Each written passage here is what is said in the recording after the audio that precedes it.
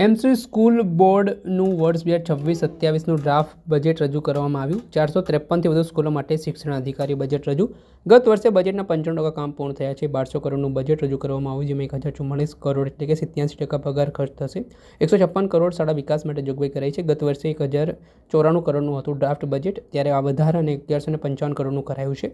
Sports માટે 10 crore, scholarship માટે 10 crore, library માટે, મોટિવેશનલ ચિત્રો માટે 10 લાખ, સ્વચ્છતા માટે 2 કરોડની જોગવાઈ, કેળવણી માટે 5 કરોડ, યુનિફોર્મ માટે 10 કરોડ, વાલી સંમેલન માટે 10 લાખ, ગીતા પઠન માટે 20 લાખ, ઓફિસ ડિજિટલ માટે 1 કરોડ, સ્માર્ટ એજ્યુકેશન માટે 3 લાખ, સ્કૂલ ટ્રેનિંગ માટે જ બાળકોના જીવનમાં ગીતાના મૂલ્યો સમજાય તે માટે વિશેષ જોગવાઈ કરાઈ છે. આ મામલે શું કહી રહ્યા છે એમસી સ્કૂલ બોર્ડના શાસન અધિકારી લખધીર દેસાઈ? બજેટની અંદર મારી સાથે ઉપસ્થિત સ્કૂલ બોર્ડના સન્માનીય ચેરમેન શ્રી ડૉક્ટર સુજયભાઈ મહેતા સાહેબ, વાઇસ ચેરમેન શ્રી વિપુલભાઈ સેવક સાહેબ, ડેપ્યુટી મ્યુનિસિપલ કમિશનર શ્રી નિલેશભાઈ પટેલ સાહેબ, સેક્રેટરી શ્રી અરુણભાઈ પંડ્યા સાહેબ અને અમારા બોર્ડની સમક્ષ આજે 2026-27નું આ બજેટ ડ્રાફ્ટ બજેટ રજૂ કર્યું છે. આ ડ્રાફ્ટ બજેટ ઐતિહાસિક એટલા માટે કહેવાય કે શતાબ્દી પછીના વર્ષની અંદર 1200 કરોડનું બજેટ રજૂ કર્યું છે. આપ સૌ જાણો છો તે પ્રમાણે બજેટનો મહત્તમ ભાગ એટલે કે 87% ભાગ 1044 કરોડ રૂપિયા પગાર અને પેન્શન પાછળ ખર્ચ કરવામાં આવે છે.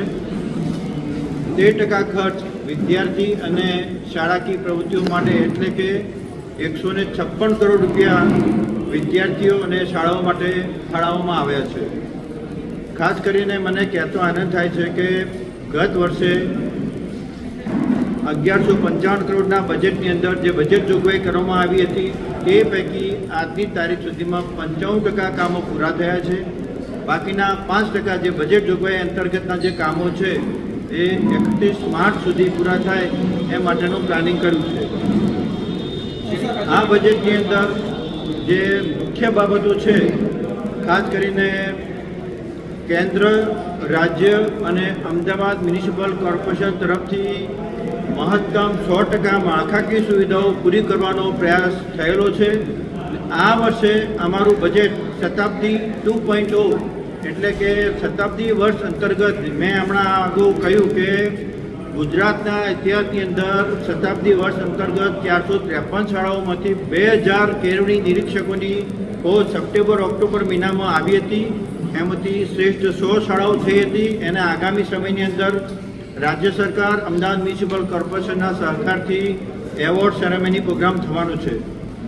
હવે માળખાકીય સુવિધાઓ જ્યારે કેન્દ્ર, રાજ્ય અને અમદાવાદ મ્યુનિસિપલ કોર્પોરેશન દ્વારા પૂરી કરવામાં આવી છે, ત્યારે આ વર્ષે અમારું ફોકસ જે બાકીની 353 શાળાઓ છે એ 353 શાળાઓને બેસ્ટ અનુપમ કરવા માટે નગર પ્રાથમિક શિક્ષણ સમિતિનું અમારું બોર્ડ પ્રયાસશીલ છે.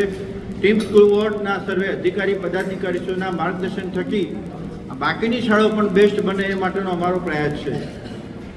આ બજેટની અંદર મુખ્ય બાબતો હોય તો ખાસ કરીને readiness program for sports, Commonwealth અને ઓલિમ્પિક આ આગામી સમયની અંદર જ્યારે અમદાવાદ શહેરને ગુજરાત રાજ્યનું યજમાન જ્યારે થવાનું છે, ત્યારે નગર પ્રાથમિક શિક્ષણ સમિતિના રાજ્ય લેવલે 56 જુદી રમતની અંદર બાળકો છે, રાષ્ટ્રીય કક્ષાએ 6 બાળકો છે.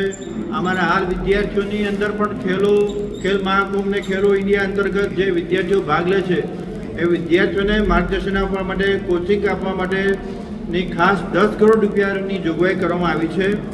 ભૂતપૂર્વ વિદ્યાર્થીઓ માટે સેન્ટનરી સ્કોલરશિપ સ્કીમ માટે 10 કરોડ રૂપિયાની જોગવાઈ કરવામાં આવી છે. અને આવી જુદી વિદ્યાર્થીઓ, ભૂતપૂર્વ વિદ્યાર્થીઓ પોતાની શાળા માટેનું એટેચમેન્ટ જળવાઈ રહે અને પોતાની શાળા પ્રત્યેનું એમનું ગૌરવ વધે અને એ જેટલું દાન આપશે એટલું જ દાન અમદાવાદ મ્યુનિસિપલ કોર્પોરેશન આપે એ માટે બજેટની અંદર જોગવાઈ કરવામાં આવી છે. સેન્ટનરી સ્કૂલ બોર્ડ જે જુદા અમારા જે લાઇબ્રેરીઓ છે એ ખાસ કરીને માનનીય મ્યુનિસિપલ કમિશનર શ્રી પાની સાહેબ અને અમારા ડીવાયએમસી સાહેબ છે, એમણે કહ્યું છે કે અમદાવાદ મ્યુનિસિપલ કોર્પોરેશનની જે લાઇબ્રેરીઓ છે, નગર પ્રાથમિક શિક્ષણ સમિતિની 453 લાઇબ્રેરીઓ છે. અમારા ચેરમેનશ્રી, વાઇસ ચેરમેનશ્રીની સાથે ચર્ચા કર્યા પછી 50 લાઇબ્રેરી એવી છે કે જો અમારી શાળાઓ નજીક નથી આ લાઇબ્રેરી 50 લાઇબ્રેરીને 20 લાખના દરેક લાઇબ્રેરીને 20 લાખના ખર્ચે અદ્યતન બનાવવા માટેનો અમારો પ્રયાસ છે અને પ્રધાનમંત્રી શ્રી મોદી સાહેબના વોચે ગુજરાત અંતર્ગતના અભિયાનને વેગ મળે એ માટેનો અમારો પ્રયાસ છે.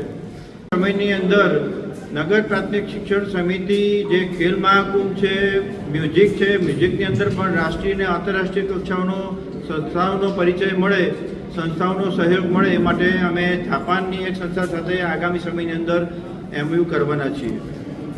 આપણા દેશના યશસ્વી ગૃહપ્રધાન અમિતભાઈ શાહ સાહેબની પ્રેરણાથી જે મહત્તમ અમદાવાદની શાળાઓ સ્માર્ટ શાળાઓ થઈ છે, ગુજરાત રાજ્યના માનનીય મુખ્યમંત્રી શ્રી ભૂપેન્દ્રભાઈ પટેલ સાહેબના માર્ગદર્શન નીચે જે મુખ્યમંત્રી શ્રી પુરસ્કૃત અલ્પાહાર યોજના છે, મુખ્યમંત્રી પુરસ્કૃત જે સ્કોલરશિપ યોજનાઓ છે એમાં વિદ્યાલક્ષ્મી યોજના, વિદ્યાદીપ યોજના, નમો લક્ષ્મી, નમો સરસ્વતી અને મુખ્યમંત્રી શ્રી અલ્પાહાર યોજના અંતર્ગત વિદ્યાર્થીઓના જે સુપોષણ અભિયાન અંતર્ગત જે ફાયદો થયો છે, વિદ્યાર્થીઓના વજનની ઊંચાઈની અંદર જે વધારો થયો છે એમાં પણ વિદ્યાર્થીઓને અમે વધારે સુવિધાઓ પૂરી પાડી શકીએ એ માટે બજેટની અંદર ખાસ જોગવાઈઓ કરવામાં આવી છે.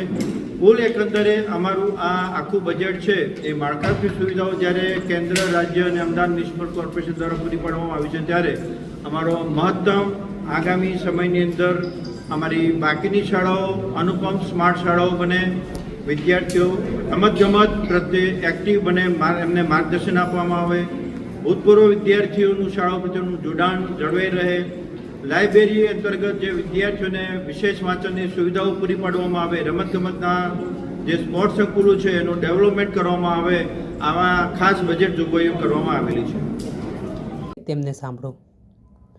આપણે સાંભળ્યા હતા MC સ્કૂલ બોર્ડના શાસન અધિકારી લગધીર દેસાઈ. તેમણે આજે જે બજેટ રજૂ થયું છે તેને લઈને મહત્ત્વની પ્રતિક્રિયા આપી છે.